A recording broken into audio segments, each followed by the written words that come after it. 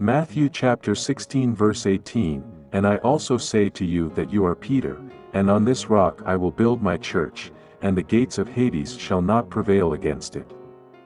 A proclamation made by Jesus Christ more than 2,000 years ago, which continues to hold true until his return. On the day of Pentecost, God began building his universal church with Jesus as the cornerstone, the apostles as the foundation, and believers being added daily ever since. Local assemblies are part of this universal church, scattered around the world. West Fifth Bible Chapel is one of these assemblies. For the last 150 years, God has sustained, nurtured, and preserved this chapel. From a humble beginning in 1874, this assembly has blessed many people through its various ministries. Hamilton, often called the Pittsburgh of Canada, for its rich industrial history, began its development when Robert Hamilton, son of a Presbyterian minister from Dumfries, Scotland, moved to Canada in the late 1700s. Settling initially in Carleton and Kingston, he later moved to the Niagara district in 1784, establishing his business. In 1813, Robert's son George purchased land that would become Central Hamilton, naming the new township after his family. In about 1820, Allan Napier McNabb, a young lawyer, bought a large tract of land and built Dundon Castle, creating historic streets like Napier and McNabb streets. For many believers, these streets became synonymous with spiritual fellowship. Since the early 1900s, the McNabb Street Gospel Hall has been a gathering place for worship and faith growth. On March 4, 1970, the congregation moved to 440 West 5th Street, allowing for expanded activities and better facilities, while maintaining the Lord's presence. Today, as we celebrate the 150th anniversary of West 5th Bible Chapel, we honor a legacy of faith, resilience, and commitment. From humble beginnings to a thriving congregation, this chapel has been a beacon of hope and fellowship.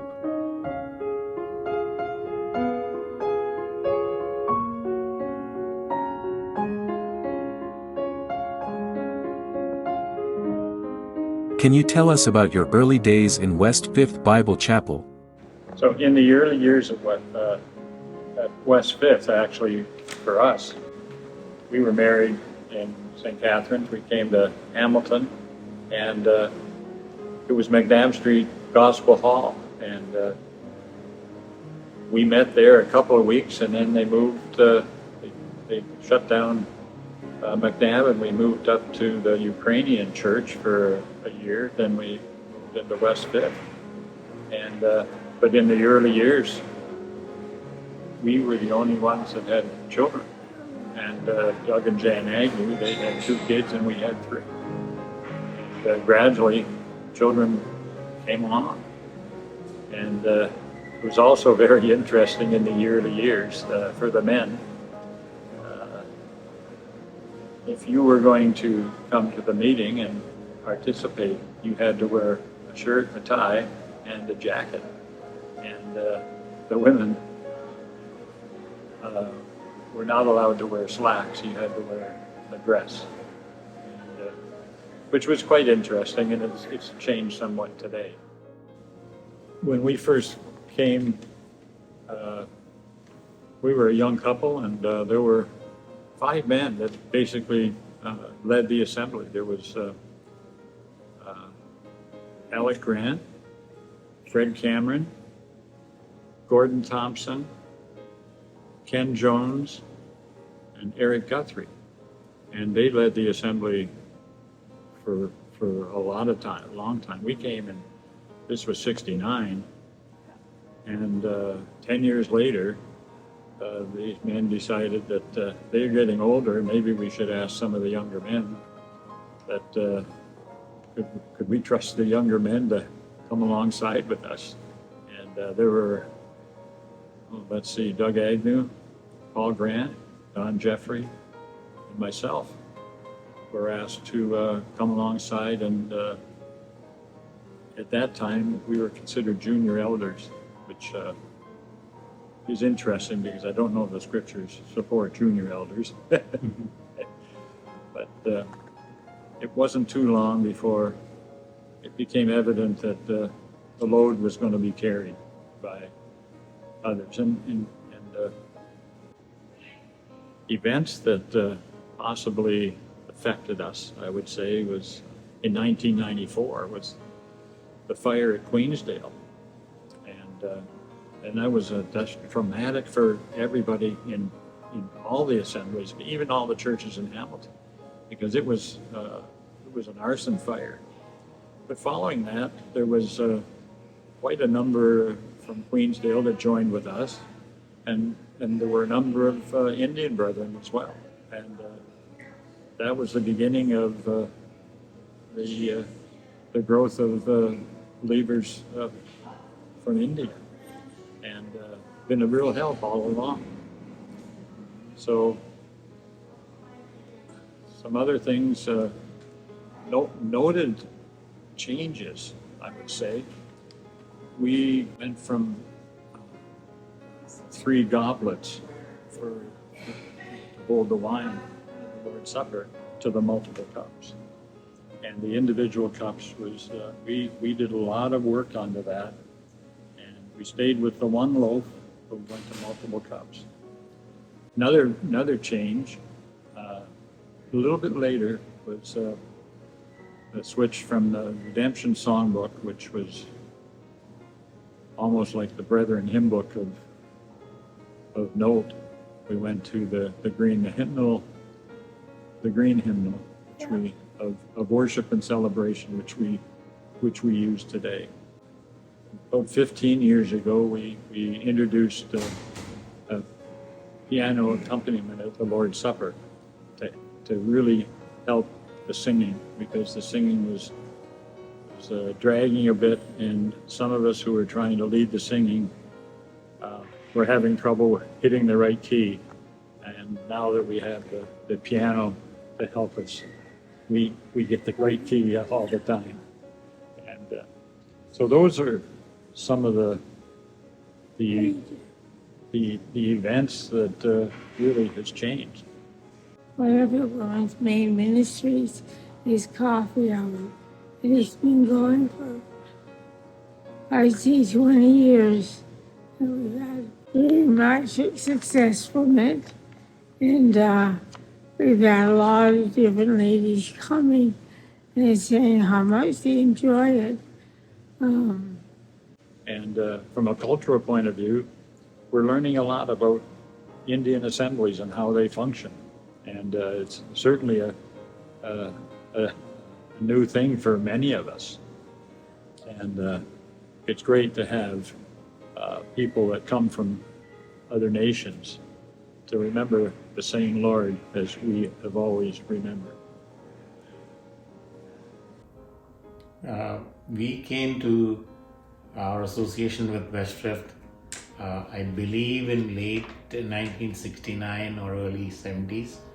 Once we came to Hamilton, we found that Westrift is an assembly which is more like the ones that we were used to going back in Bombay and in Kerala.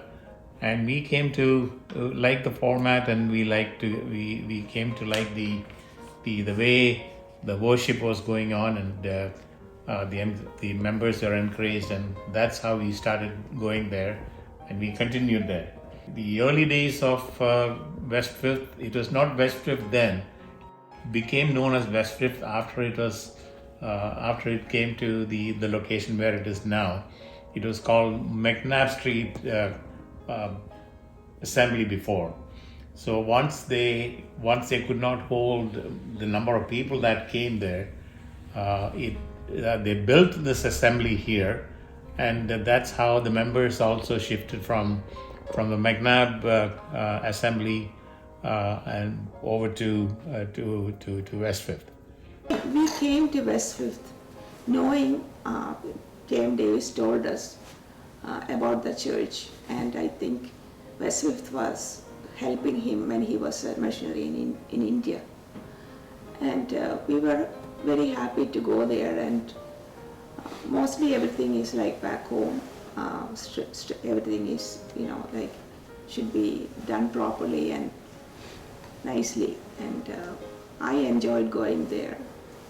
And then we had our first child, and then Hanley, and they were really good, like to helping us with various things.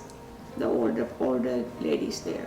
We need to add at this point that we were the only quote unquote colored people there in membership there. All the others were white.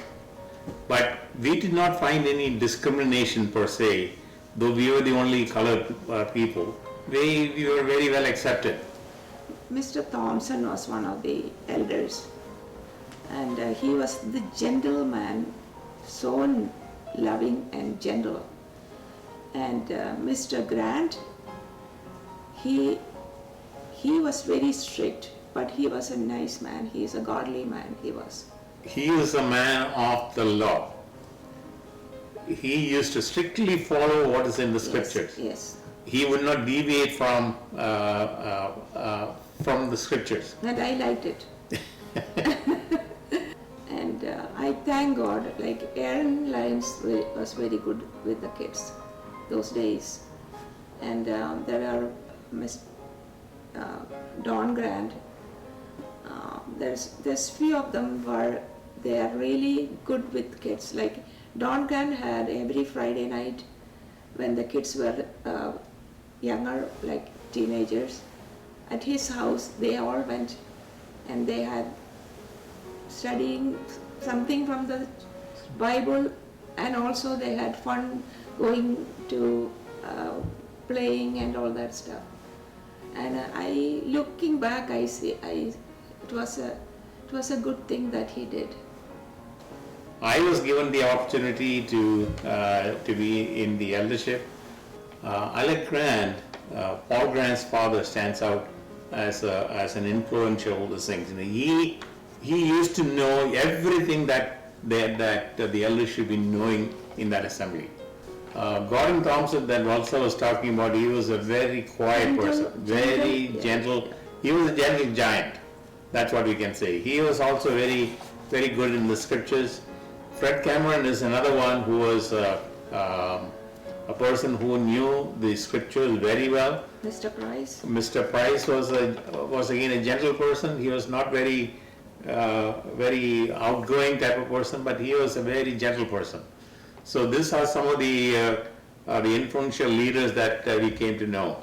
One of my first memories of West Fifth was coming in the front door on a Saturday morning early to do something here, and I wasn't a Christian at the time, but I heard Paul or Alex Grant standing up and praying for me by name, and I've never forgotten that. There was something very special, but to have you thought of that way. Another evening on a Wednesday night, Don Jeffrey was in the hospital battling cancer. The chapel was packed with men and women who wanted to pray for him, and the intensity of that situation was unforgettable in my mind. One of my fondest memories from way back was the fun that we used to have working in the kitchen. When there was Sonia Grant, and there was Lois Wessel, and Isabel Glennie, and several others, but just the fun that we used to have preparing for special occasions and for coffee time, and I miss those ladies very much. And there's so many new ladies that are taking over now, which is wonderful. Sue did a really good job painting the chapel. We came here after the chapel was renovated, and Sue had a paintbrush. And I climbed a ladder to get up to that peak up there, and that was fine going up, and did my thing. But then I had to come down, and I just couldn't. I was terrified. I ended up going back through the window to come down. Is that how he came down? So Paul Grant and myself went across to Buffalo and picked up a couple of hundred stacking chairs for the chapel. We had a rented truck, and we thought we could just be like any other person crossing the border, and the border guards would say, sure, come on through. Well, apparently not. So it took us about 5 hours at the border to finally got a young lady who, for free, her job was that of an expediter. That's somebody that helps you get products across the border. She filled out all the paperwork. We took it down to the customs people. They were happy with it, and they wished us well and out the door. But up to that point, Paul and I were really, truly scrambling. God looks after guys that don't know what they're doing. Last but not least, up on the second floor, there was the chapel used to have a huge teenage program. And they were truly involved and excited about serving Christ. Up on the second floor, there's writing on the wall up there. And I hope that writing is never painted over, because it speaks volumes to myself, and I'm hoping to the next generation. Thank you. Well, I think we joined West Fifth because we live on the other side, not 5 minutes, 10 minutes away. And For years, we drove down to Bethany, which is a long way. And wintertime, it was really bad. But when my mom died, and we didn't feel that we needed to drive that far any longer, so we came and joined West Fifth. They interviewed us, and we were accepted. We've had an enjoyable time here. Everybody made us feel very welcome. We have been here for a long time. They really miss us when we're away. apparently, And yes, no, and I. are glad to see us. Yeah, we make special mention when you're back. Yeah. So we get invited, we get a big thing made of that welcome when we come back. So, so that's it. It's a wonderful place, a wonderful church family. Yeah.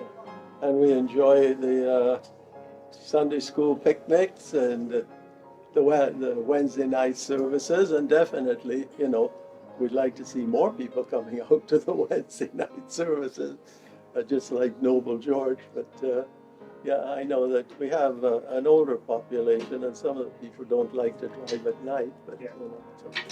By the way, we're in the older group. Well, I first came to West Fifth around 2008, I believe it was.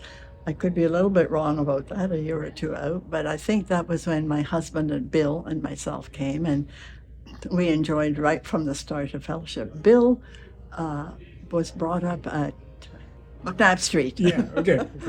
Yes. So he knew quite a lot of the people here, Okay. And so did I actually. And so we've enjoyed it. We came because it was a little closer to home than my previous assembly. So, and what I do enjoy seeing nowadays is younger couples coming in and worshiping with us. And for me, the breaking of bread is a very important service, and I try not to miss it, and enjoy that part of the assembly. Very nice. Is that good enough? We enjoy your playing a Yeah. lot and your singing. Sometimes I don't. But we I came to West Fifth after Queensdale Bible Chapel burnt down. And I'd been at Queensdale Bible Chapel for a goodly number of years. We were there, and when it burnt down, we came over to West Fifth.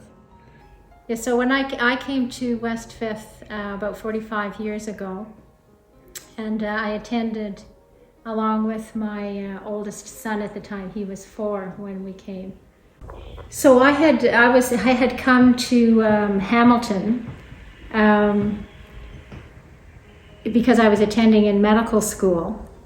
But prior to coming to Hamilton, I had not been attending church in my home in Ottawa, and I'd stayed away for several years. And the Lord must have brought me to West Fifth because after going to various churches, I ended up at West Fifth. And the first day I came in there, it just felt like I was at home. Before I got saved, the two people that were very important in my getting saved is Nan and Dick Green. They went to Queensdale Bible Chapel.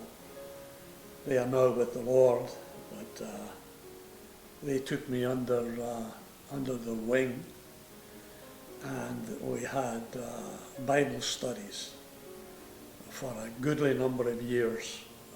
I taught Sunday school for a short period of time. Stephanie and Jemima.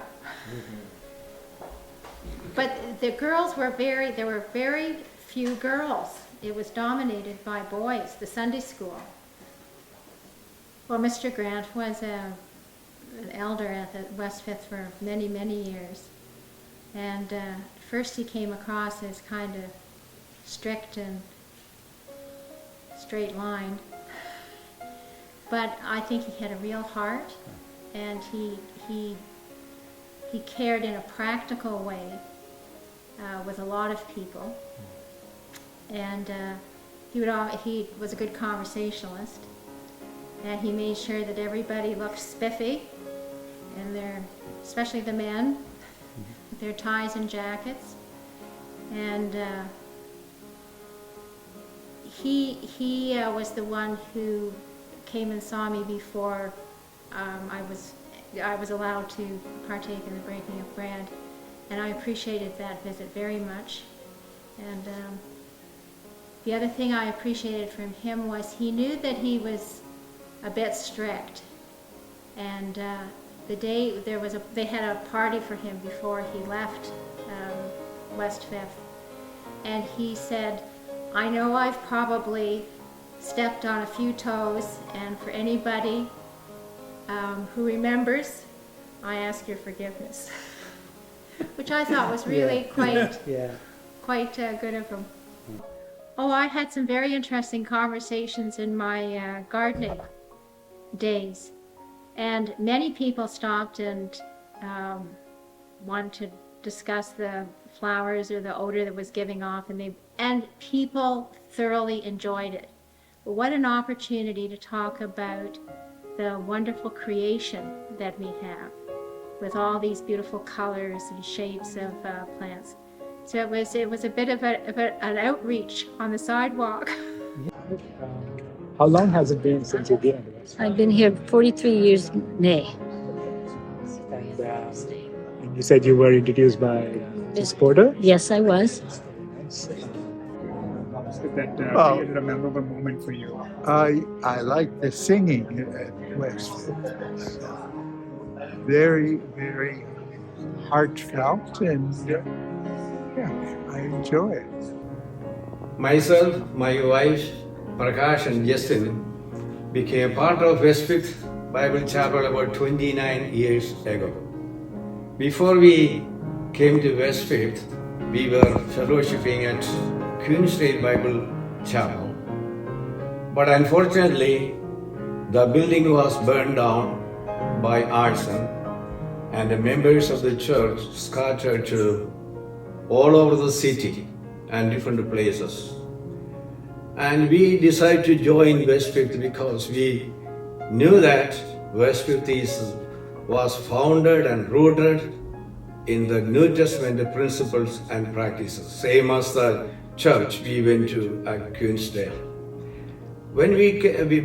Before we came, we knew many people at Westfield because we used to visit Westfield whenever they had a special meetings.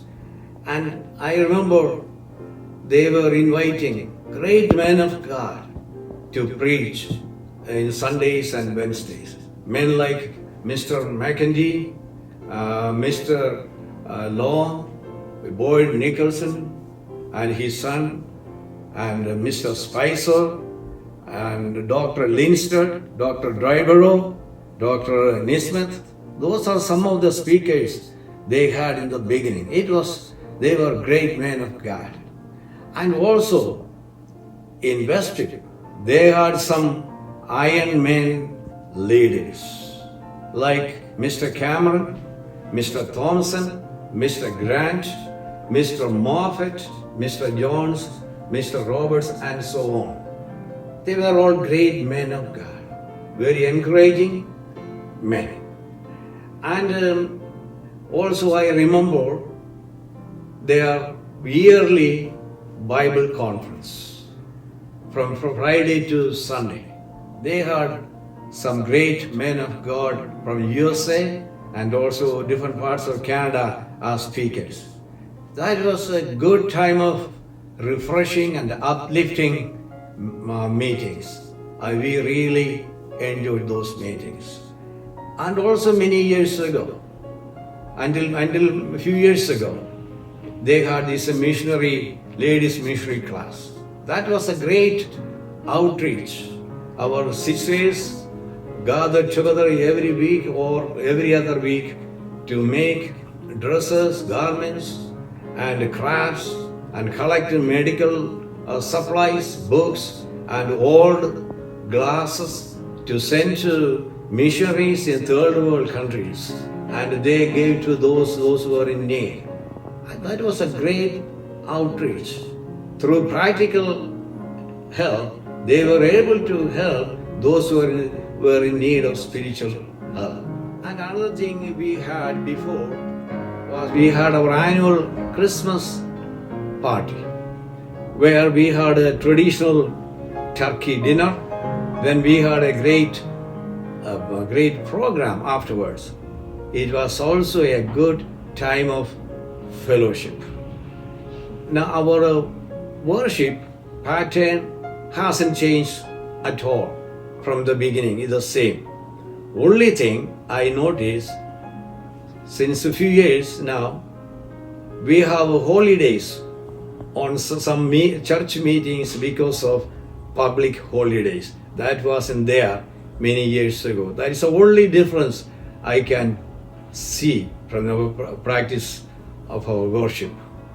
And also we have a good number of people here, but many are left and many are added to our assembly now.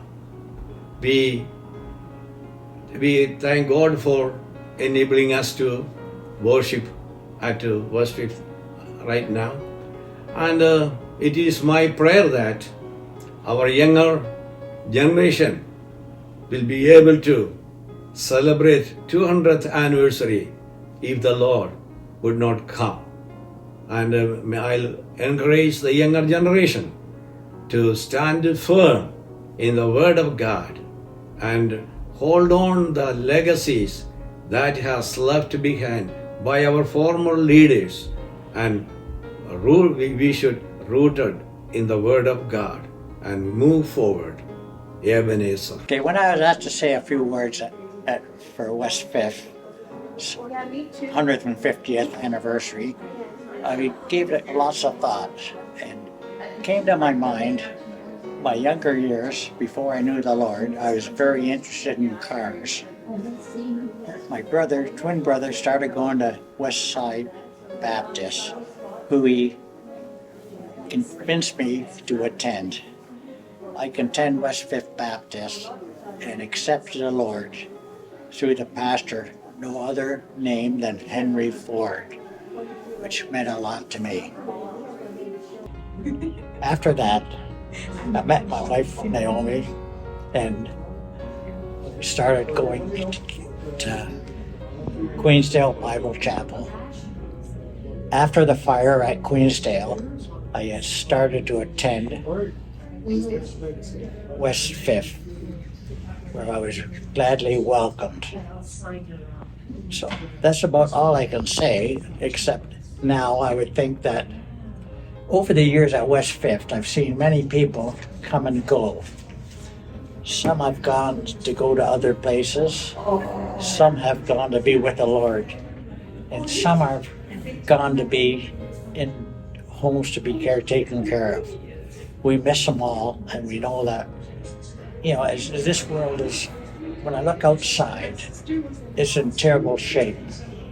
We at West 5th have stood strong for 150 years. It's my prayer that we will continue to stay strong at West 5th and other places that serve the Lord till the Lord comes, which I think is very near. As you know, my favorite hymn would be, "I'm so glad I belong to the family of God," but I would like to change the words on that. I'm so glad I belong to the family of West 5th. Thank you very much.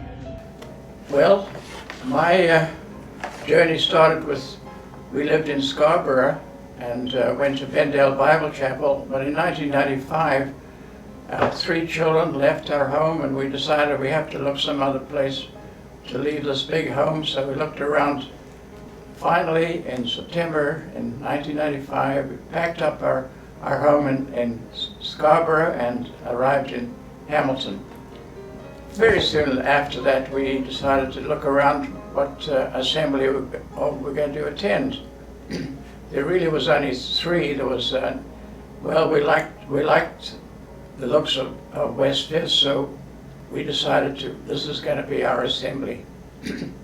Our very first meeting we went was on a Wednesday night, and it was quite crowded, and we were welcomed, and people came to see who we were. And of course, a few Sundays later, we had a letter of commendation, and we sat down with Paul Grant and Sonny Matthew, and they sort of read the letter, and then they talked to us, and they wanted to do what we did at Bendale. I said, well, I was a deacon there, of course, and then I was a treasurer. And they said, good, well, we need somebody like that here too. We all need help. So very soon afterwards, not that long, I became a deacon in this assembly. And just before COVID hit, I left the deacons. So it was many years, many happy years. The other duties I did when I came here was I immediately got hooked into coming up here every Sunday and count the money with Don Wessel and George Joseph. So we did that for many years. And I helped here and there in the chapel. So I've been actively involved, and I've enjoyed the activity because I like to do things, and that's what I really have enjoyed doing. And Pat, of course, got involved too. She led the ladies' missionary class, and so she enjoyed being here too. So and then of course that is why we're here, and that's where we want to stay, Lord willing, until we're gone to heaven to be with glory.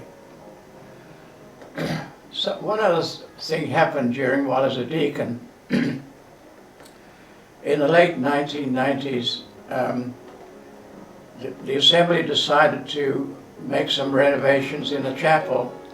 They raised the platform, they put up the new screen for the back there, they put new doors for the baptism.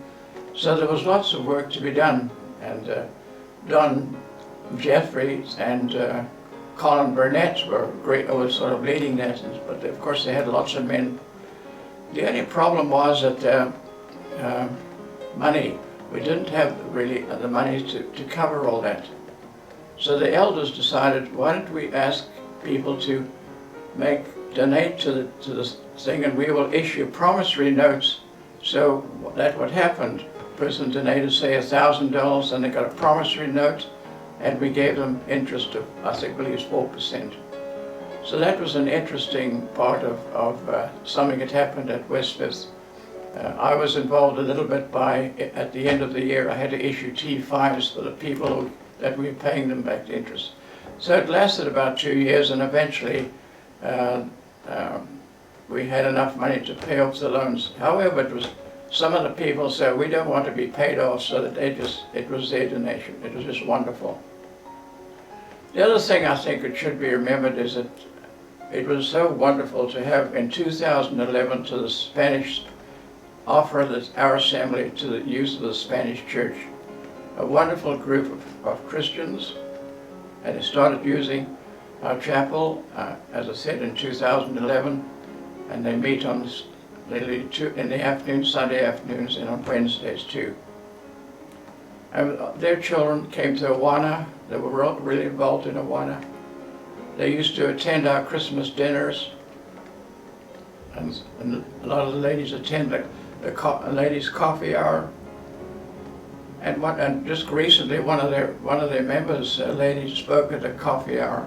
So they've been a wonderful part of our assembly in that way. So we want to thank them for that. And so I'd like to just close to say I appreciate, my wife appreciate, and love being here. All right, so we have some questions for you guys.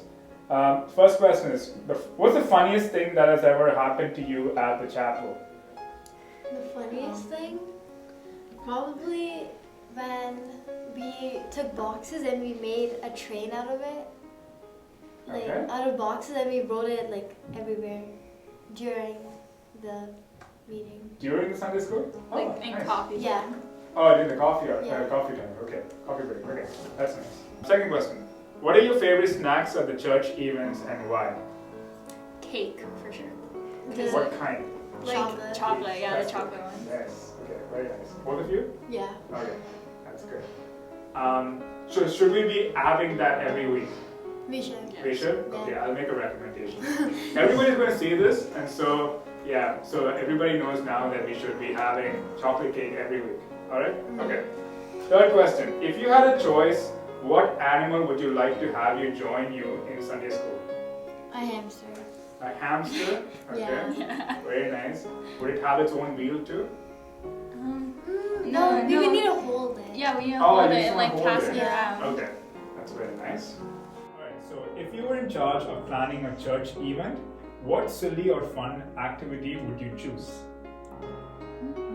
Water balloons. Water balloons. Water balloon play. I would probably pick musical chairs, like everybody participate. I think that'd be fun. And so throw water balloon at whoever loses, right? Yeah, that'd be good. Okay. Alright, perfect. I'll combine these questions. Okay, who is the funniest person at the chapel and why?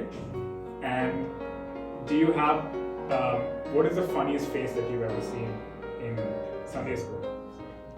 Nathan. Yeah, Nathan. Alright. I have a You picture have proof? actually. Yeah. Okay. That's Nathan. That's also Nathan. Yeah. He just makes a lot of funny faces. Okay, that's nice. So since he's not here, that's good. So hopefully he'll see this. What is the most fun game you've played at church and who's the best at it? Like the game where it's like the Easter egg or something. Yeah. So And it's in like Ivana for Easter, there I'm pretty sure her dad put like Easter eggs all around the room, and we used to take it. There was candy in the middle of the room, so we used to take the Easter egg. We used to give it to the leaders, and they used to give us a ring. Okay. We used to throw the ring, and whatever candy's inside the ring, we used to keep it. Nice. What are some good candy selections? Gum. Yeah.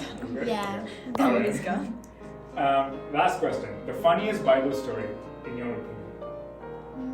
Oh, I remember when Kayla was getting mad at us for all being sleepy. So she told us a story about a guy falling out a window. Because he was What like was the guy's sleeping. name? What's the moral of the story? Do not fall asleep. No, don't sit by a window Oh, when you're sleeping. Alright? Yeah. Okay? Yeah, that's good. Hi everyone. It's great to see you. And my new little addition to our Westford family is little Joanne. and everybody loves her so much. And she's just a blessing to us. Now, our family came to West Fifth, well, actually McNabb, in 1951. But as I grew up and we changed over to West Fifth Bible Chapel, one highlight was in 1977, we had a conference. Boyd Nicholson and Neil Dougal were there. And it was at that time that Lois Wessel and Don Wessel, on the Sunday night after a whole week of messages, they came to know the Lord as their Savior. From that time on, they walked with the Lord. Lois now is in heaven, and Don continues to be at Westford Bible Chapel. I thank you for their friendship and the blessing they have been to me in my life. Okay, I've been at Westford for about 20 years, and over the years, many people have touched me and touched my heart. A couple of ladies that have been very dear to me and we've had some beautiful talks, and the one is Joyce Perry, and the other is Santa Paul. And I just recommend to young people coming up to get close to someone that you really respect and admire. They can teach you a lot, and it's so worth it. And they love for you to do that too. As I sit here with Ruth, we go back many, many, many years. In fact, Ruth, years ago, was a good friend of my sister's. And then I'm reminded how the Lord had brought Ruth back into the assembly, and we became such good friends. And the Lord puts into our life the people we need and the people we know. And how did I know years ago that after Ruth being a good friend of my sister's, that she would become a good friend of mine? And one thing I think of is that my love has been in children's ministry. I think of the Sunday school, I think of Awana, and I've had a love for the kids. And I pray that my example to them, when I've gone into eternity, that they would remember people before them that have been faithful. And my example to them would be that they would walk before the Lord and be faithful to Him. Years ago, when the Ransberries came to Westfield, young Charles, I said to Wendy Grant about young Charles, I would like him to come to Awana. Could I please get a connection there that I could go down and pick him up and take him home? And that happened. And we really bonded. And it was just such a nice thing, because on the way home from Awana, young Charles and I would sit there and sing the hymns that we'd sang. I love him dearly, and the Ransberry family. I think since 1997, we started coming to West Fifth. And we are very happy there. And, the memories, many preachers come to and speak on Sundays that we enjoy them, and also all the activities going on in West Fifth. I like to participate mostly in the kitchen work, and we were doing quite a bit help like that, and Chayan used to participate whatever he can do it, and we were very happy in West Fifth. Our children were already grown up, and so they were not with us. Sanson was a little bit for a little while, but then he wanted to go back to Oakville, that we came from there. Now, in our older age, that we cannot do much, and so we are pushed away from the kitchen or any other works, and we are okay. We are okay. Still praying for everybody, and that's all I can do it. Pray for each one of the family. By name, I pray. I think that's my, whatever God gave me, the time I get, I pray for everyone. I enjoy each person there in the church. The little ones, the big ones, the older ones. We are happy. what message or legacy would you like to leave for future generations of the chapel? Basically, talking about the legacy, what I was always very influenced by was the interest in following biblical principles exactly, whether it is salvation, baptism, or fellowship, breaking of bread, whether it is head covering. We want to follow exactly what the Bible says. And Bible hasn't given any new instruction or adaptability or adaptation. So we want to stick to the same principles that was laid down in the first century by the apostles.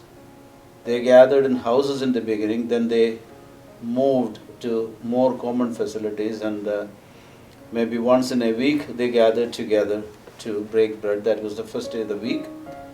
And we still follow the same principles, and I would never want to see anything different done at this chapel as long as it exists. That's my desire. We can say ditto, but I think this was what this assembly has followed all through the years, and this is something that needs to continue. And as Noble said, there's nothing new revelation for us in any form or another. That's what we need to follow. The New Testament assembly is basically the local house of God, and to be able to basically have an idea as to how it should function, it has to be scriptural. And so scripture is the root of everything that we do here. And, we do not take our patterns or any of the practices that we see outside of the sphere of scripture and what other denominations or other groups or other type of gatherings would prefer to follow.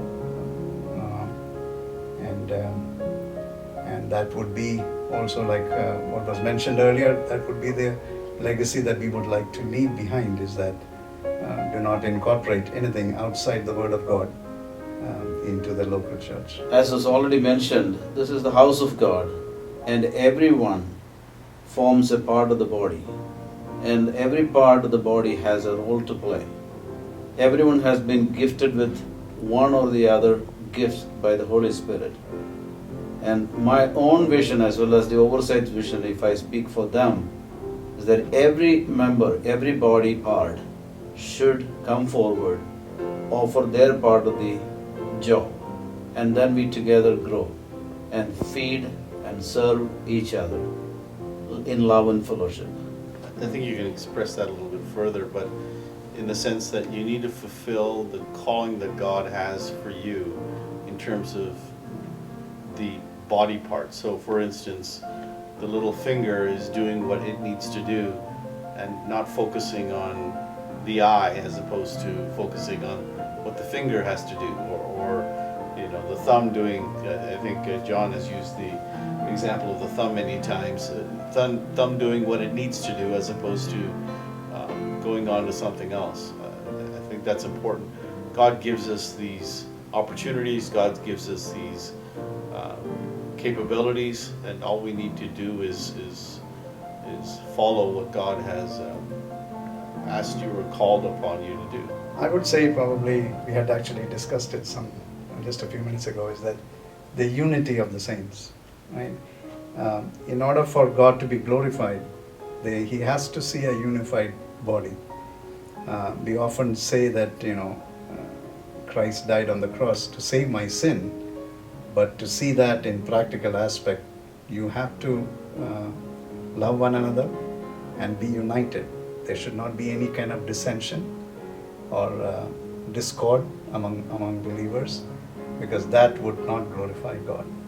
Can you describe the chapel's involvement in the local community and its outreach efforts? I think we're praying. I mean, my prayer has always been to, you have this assembly on this street where so many students go by, right? And my prayer has been that, and even students park in our parking lot as they go to school.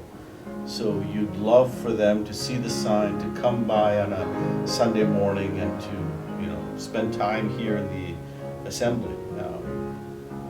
But interestingly enough, God has blessed the assembly with kids from other universities, and McMaster and Redeemer. We had some students from Mohawk College, but God is blessing us in different ways than I thought He would. But that is God's leading and guidance that way. But we'd love to see us being a ministry for the community. There are houses all around here. Are they seeing the chapel? Are they seeing people coming in? Are they seeing the Awana program? We'd love to have the community, more of the community, join us here. One thing we have, an agenda item that we have been discussing, is to have a leader, a person who spearhead our outreach ministry, whether it is open air preaching or distributing tracts, organizing it regularly, arrange a group of young men and women who can go out into the community and do that. And we are still in the lookout for such a person. It's our prayer. Because we have to reach out to the community.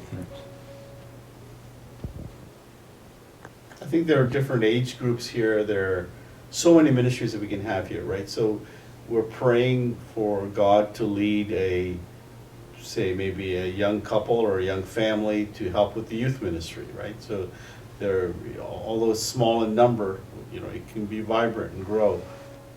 Then we can have separate ministries for young married couples or couples with newborn children, or there's so many ministries that are opportunities that are here.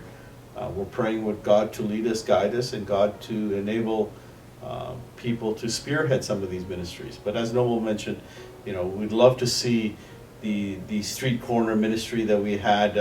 Was it last summer? Last summer, and many of us were there. Our children were there, and honking horns and singing praises, and we'd love to see more and more of that as well. Yeah, the assembly is basically an environment where you have the privilege to exercise your spiritual gifts. And so the more aware of that you are, the more it would benefit the assembly as a whole. As the oversight, we are here basically to facilitate that. But for that to happen, one would have to approach us and so that we have an awareness of the fact that such a ministry can begin, and support it to the best of our ability. The very fact that we have reached such a milestone of 150 years in existence, this is for this chapel in all of North America, including US and Canada. So the Lord has been so faithful to us, and we need to show our faithfulness back to Him. And this is an opportunity for each one of us to dedicate our lives and make a promise that we will do everything for His glory alone going forward. Testimony of the fact that we have reached that 150-year anniversary. It's basically a testimony of the faithfulness of God, and also the faithfulness of the saints who have preceded us.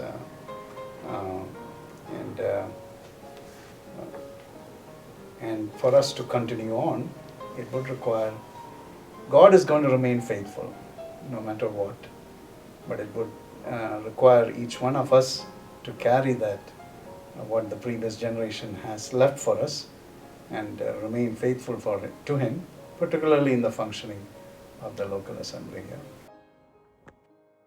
While we celebrate the 150th anniversary of West Fifth Bible Chapel, let us say along with the psalmist, "For the Lord is good, His steadfast love endures forever, and His faithfulness to all generations." Psalm 100 verse 5.